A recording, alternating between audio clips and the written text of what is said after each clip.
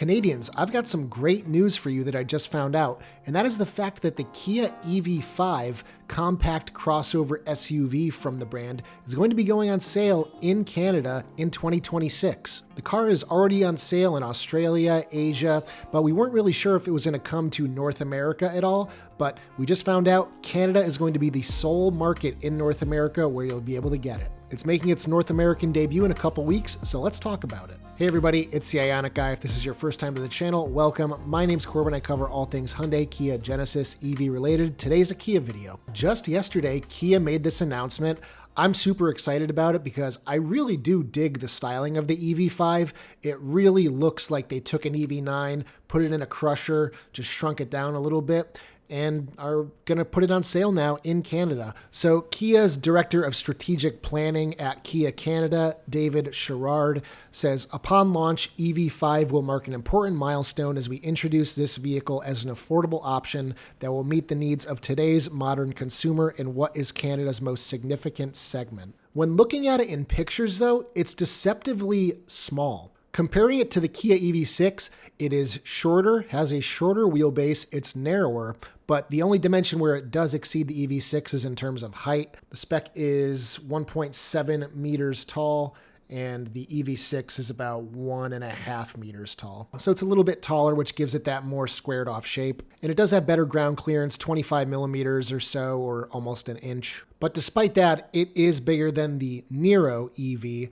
so it does kind of fill a gap between the Niro and the EV6. When you look at the interior of the EV5, it really does kind of look like a scaled down EV9, except for the center console is really weird in the EV5. You have like this floating seat section that goes over a really low center console that kind of just floats over it.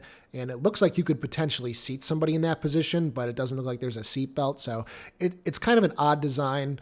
I haven't seen it in person, so I can't really comment too much on it. But the rest of the car is pretty standard small SUV stuff. But unlike the EV6, the EV5 is a low voltage car, so you're not going to get crazy fast charging speed like with the EV6. Kia's quoted 10 to 80% charge time is 36 minutes, so basically twice as much as the Kia EV6. This is going to come standard in 2026 with the North American Charging Standard, or NACS port as it's known. And this is going to allow EV5 owners to charge natively at Tesla superchargers. And the good thing here is that the charge port is actually in the correct placement to utilize version 3 superchargers without taking up 2 spots. It's in the passenger front corner of the car. So if you pull straight into a Tesla supercharger, you will be able to just plug in and not cause mass chaos at the charging station. Kia really seems to be embracing this position, as the EV3 has that same position. The 2026 Kia EV6 is also going to have the charge port relocated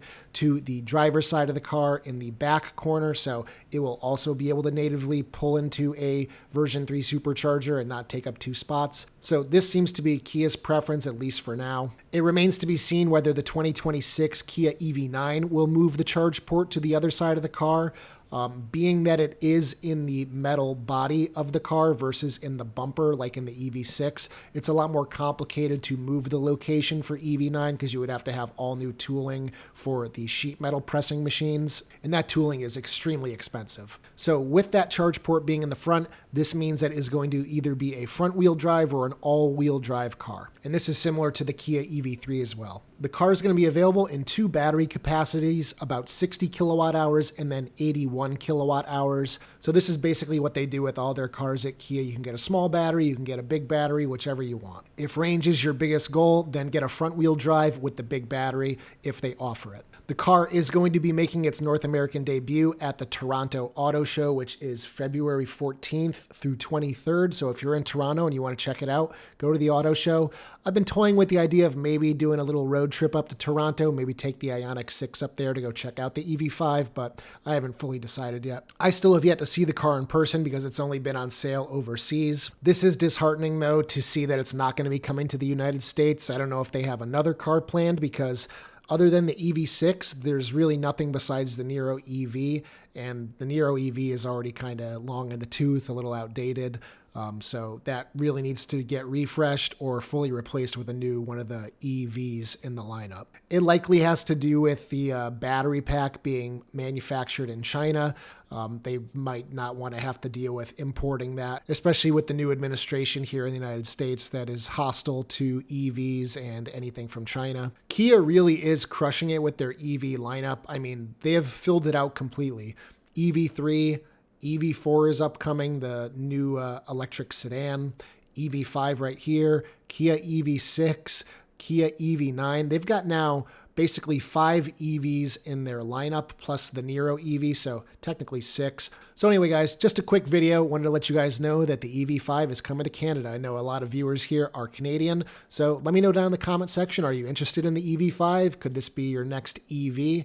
Maybe you've got a lease ending by the time this goes on sale in 2026. Let me know down in the comment section. So as always, guys, if you like today's video, give it a thumbs up. Check out my store at ioniqguy.com for accessories for your Hyundai, Kia, or Genesis EV. Consider becoming a channel member for as little as 99 cents per month. For $3 per month, you can gain early access to all of these videos. And as always, I will see you guys in the next one. Take care, everybody.